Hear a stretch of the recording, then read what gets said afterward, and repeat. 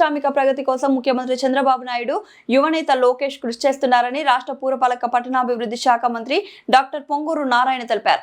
Nellore Narayana engineering కాలేజీలో మిప్మా నిపుణుల సంస్థ ఆధ్వర్యంలో జాబ్ మేళా ఘనంగా నిర్వహించారు. అర్హత ఉన్న 250 మందికి ఉద్యోగ అవకాశాలు పలు కంపెనీలు ఇచ్చాయి.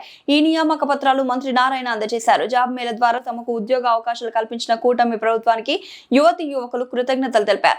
ఈ సందర్భంగా మంత్రి నారాయణ మీడియాతో మాట్లాడుతూ జాబ్ మేళాలో 42 కంపెనీల ద్వారా ఉద్యోగ అవకాశాలు పొందిన 258 మందికి మంత్రి అభినందనలు తెలిపారు.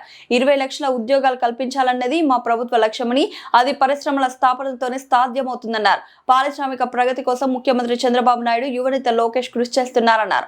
పారిశ్రామికవేత్తలను ఎవరు ఇవ్వని సబ్సిడీలు ప్రభుత్వం ఇస్తోందని, విశాఖలో జరిగిన సిఐఐ సదస్సులో 13 లక్షల కోట్లకు ఎంఓయూలు జరిగాయన్నారు. నారాయణ ఇంజనీరింగ్ కాలేజ్ వేదికగా ఆ కార్యక్రమం మొత్తం నిర్వహణ చేసుకునేదానికి నారాయణ యాజమాన్యం సహకరించి ఈరోజు ఈ కార్యక్రమాన్ని ఏర్పాటు చేసుకోవడం నిజంగా చాలా సంతోషం. ఈరోజు ప్లేస్మెంట్స్ పొందినటువంటి విద్యార్థులకు అందరికీ హృదయపూర్వక అభినందనలు తెలియజేసుకుంటూ, భవిష్యత్తులో మరెంతో ఇప్పుడు మినిమం శాలరీతో స్టార్ట్ అయిన మీ లైఫ్ స్టైల్ జీవితం భవిష్యత్తులో మరింతగా ఉన్నత స్థాయికి చేరాలని మనస్ఫూర్తిగా కోరుకుంటూ, అదేవిధంగా ఈరోజు ఇక్కడికి వచ్చి జాబ్లో సెలెక్ట్ కానిటువంటి విద్యార్థులందరూ నిరుత్సాహపడకుండా భవిష్యత్తులో ఖచ్చితంగా మీకు కూడా ఉద్యోగ అవకాశాలు వచ్చేటువంటి పరిస్థితులు ఉన్నాయి.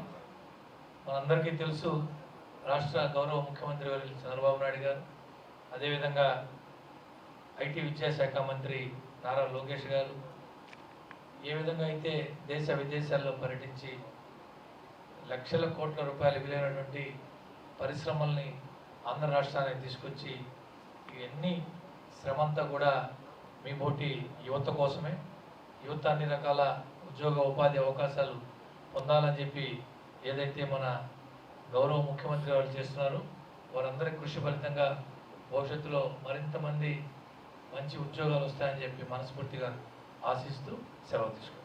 6 నెలలు కావు, మినిమం 1 ఇయర్ నుంచి 4 ఇయర్స్ పడతాయి. కొన్ని 1 ఇయర్, కొన్ని 1.5 year, 2 years, 3 years, 4 years, 5 years.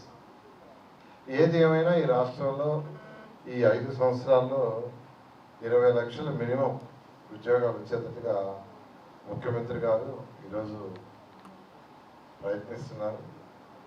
ఈ సందర్భంలో మెఫ్మా అదేవిధంగా నిపుణుల వీడు కలిసి యాక్చువల్గా రాష్ట్రంలో అన్ని జిల్లాల్లో ఈ కార్యక్రమాన్ని స్టార్ట్ చేశారు. ఇంతవరకు 6,409 మంది ఇంటర్వ్యూకి అటెండ్ అయ్యారు ఇంతవరకు జరిగిన జిల్లాల్లో. దాంట్లో 1,675 మంది సెలెక్ట్ అయ్యారు. నెల్లూరులో తీసుకుంటే ఈరోజు జరిగిన మేళలో 1,739 మంది యాక్చువల్గా రిజిస్టర్ చేసుకొని అపేర్ అయ్యారు. అందులో 258 మందిని ఫస్ట్ సెలెక్ట్ చేశారు. మరొక 250 మంది సెకండ్ స్క్రూటినీ, థర్డ్ స్క్రూటినీ ఉంది. ఒక 255 మందికి ఫైనలైజ్ చేశారు. నిజంగా I'm really very very happy. నేను ఈ సెలెక్ట్ అయిన వాళ్ళందరికీ ఒకటే చెప్పేది, మనకు వచ్చిన ఉద్యోగం ఎంత జీతం ఉద్యోగం ఎలాంటిది అనే దానికంటే కూడా వచ్చిన ఉద్యోగంలో మనం ఎంత చక్కగా చేస్తున్నాం, ఎంత నైపుణ్యంగా చేస్తున్నాం అనే దాన్ని బట్టి మన భవిష్యత్తు ఉంటుంది. వచ్చిన ఉద్యోగం చిన్నదైనా దాంట్లో మనం చేసే యొక్క నైపుణ్యాన్ని బట్టి, హార్డ్ వర్క్ని బట్టి, సిన్సియారిటీని బట్టి మన యొక్క ఫ్యూచర్ ఉంటుంది. ఎగ్జాంపుల్ నేను 1979లో ఎంఎస్సి పాస్ అయ్యాను Tirupati SC university. Nellore VR కళాశాలలో డిగ్రీ చదివాను. ఇక్కడ యూనివర్సిటీ ఫస్ట్ గోల్డ్ మెడలిస్ట్ని, MSc Tirupati university first gold మెడలిస్ట్ని. అయితే 1979 ఆగస్టులో అక్కడ ఎగ్జామ్ రాసి నెల్లూరులో విఆర్ కళాశాలకు వచ్చి అక్కడే నేను చదివింది.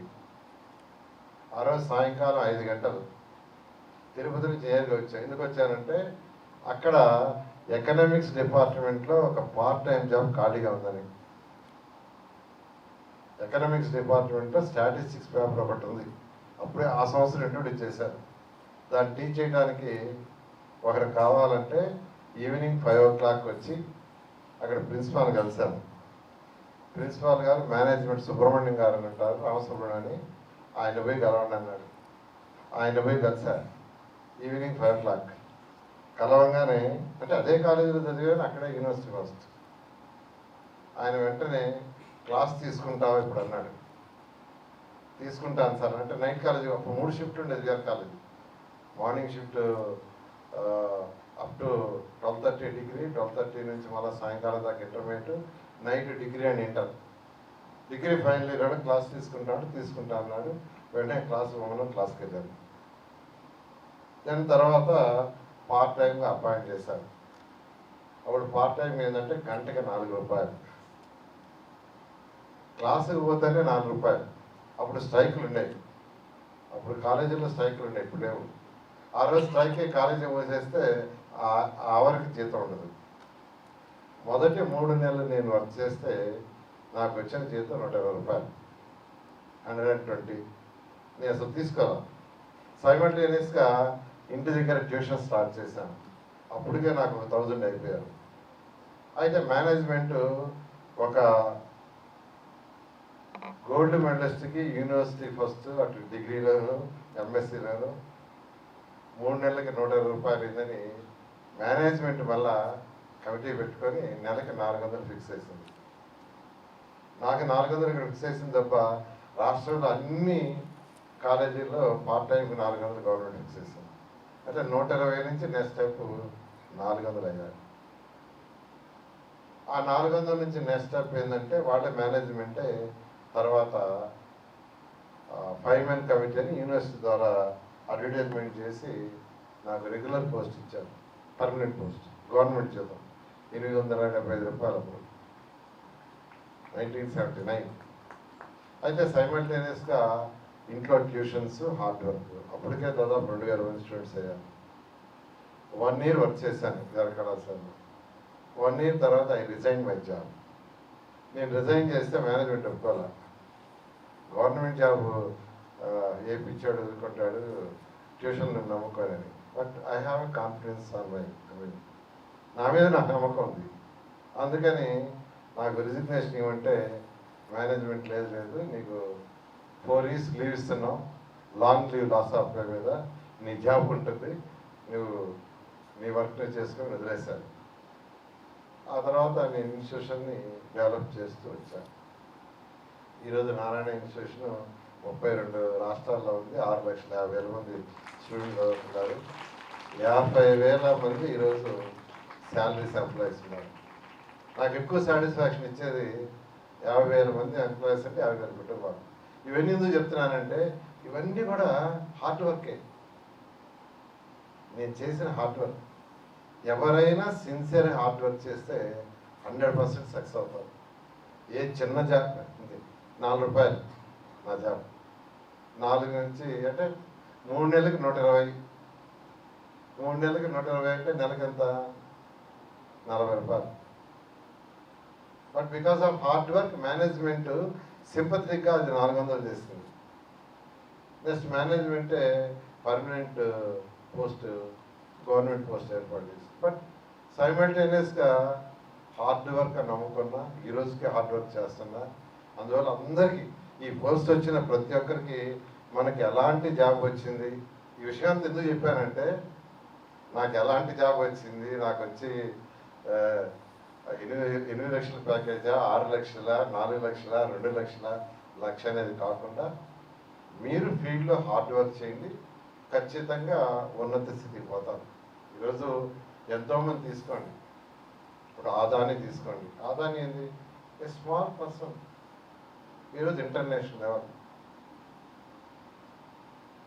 అదేవిధంగా జిఎంఆర్ తీసుకోండి, జిఎంఆర్ ఇస్ స్మాల్, అంటే మనకు తెలిసిన వాడు ఈరోజు ఇంటర్నేషనల్ లెవెల్ పోయారు. అందువల్ల ఎవరైనా వాళ్ళందరూ హార్డ్ వర్క్ చేసినాడు. Everybody they work. ఎందుకంటే వాళ్ళందరితో నేను డిస్కస్ చేస్తుంటాను. వాళ్ళందరూ ఎక్సలెంట్గా హార్డ్ వర్క్ చేసేవాడు. హార్డ్ వర్క్ చేయకుండా ఎవరు సక్సెస్ కాదు. అందువల్ల నేను అందరినీ మరొకసారి రిక్వెస్ట్ చేసేది ఏంటంటే, మీకు వచ్చిన జాబ్ ఎంతది అనేది కాకుండా దీంట్లో హార్డ్ వర్క్ చేయండి, చేసుకుంటూ ఉండండి. మళ్ళీ ఇంకో జాబ్ వస్తే దానికి షిఫ్ట్ కావచ్చు, మళ్ళీ ఇంకో జాబ్ వస్తే షిఫ్ట్ కావచ్చు. అట్లా అంచెలంచెలుగా ఎదిగి ఉన్న స్థితి మీరు అందరూ పోవాలని మనస్ఫూర్తిగా కోరుకుంటూ మరొకసారి అందరికీ కంగ్రాచులేషన్స్. Thank you. వాళ్ళు ఏర్పాటు చేసిన 42 కంపెనీల ద్వారా సెలెక్ట్ అయ్యారు. వాళ్ళందరూ కూడా నా యొక్క అభినందనలు, శుభాకాంక్షలు.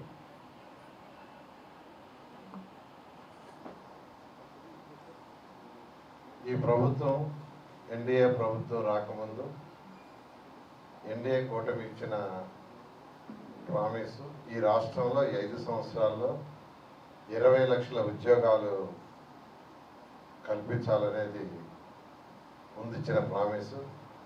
దానికి తగ్గట్టుగానే గౌరవమైన ముఖ్యమంత్రి గారు కానీ, అదేవిధంగా యువ నాయకుడు లోకేష్ ఈడీబీ చైర్మన్గా అనేక విదేశాలు తిరగటం, ఆ దేశాల నుంచి అనేక కంపెనీలని అట్రాక్ట్ చేయడం జరిగింది. జనరల్గా ఉద్యోగాలు రావాలంటే ఇండస్ట్రీస్ రావాలి. ఇండస్ట్రీస్ రాకుండా ఉద్యోగాలు రావు. అందుకనే ముఖ్యమంత్రి గారు వీటి మీద స్పెషల్ ఫోకస్ చేసి అనేకమైన ఇండస్ట్రీస్ని కాంట్రాక్ట్ చేయడం జరిగింది. మీకు అందరూ తెలుసు, మొన్న జరిగిన విశాఖపట్నంలో సమిట్ తీసుకుంటే సిఏ సమిట్, అక్కడ దాదాపు 13 లక్షల కోట్లకి అగ్రిమెంట్ ఎంఓయూలైనాయి. ఎక్స్పెక్ట్ చేసిన దానికంటే ఎన్నో రెట్లయినాయి.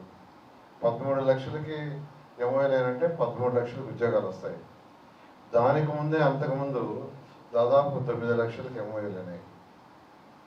అయితే మన ముఖ్యమంత్రి గారు ఒకటే చెప్పారు, 20 లక్షలు కాదు 50 లక్షల మందికి ఉద్యోగాలు ఏర్పాటు చేసేటట్టుగా మీరందరూ వర్క్ చేయాలని చెప్పడం జరిగింది.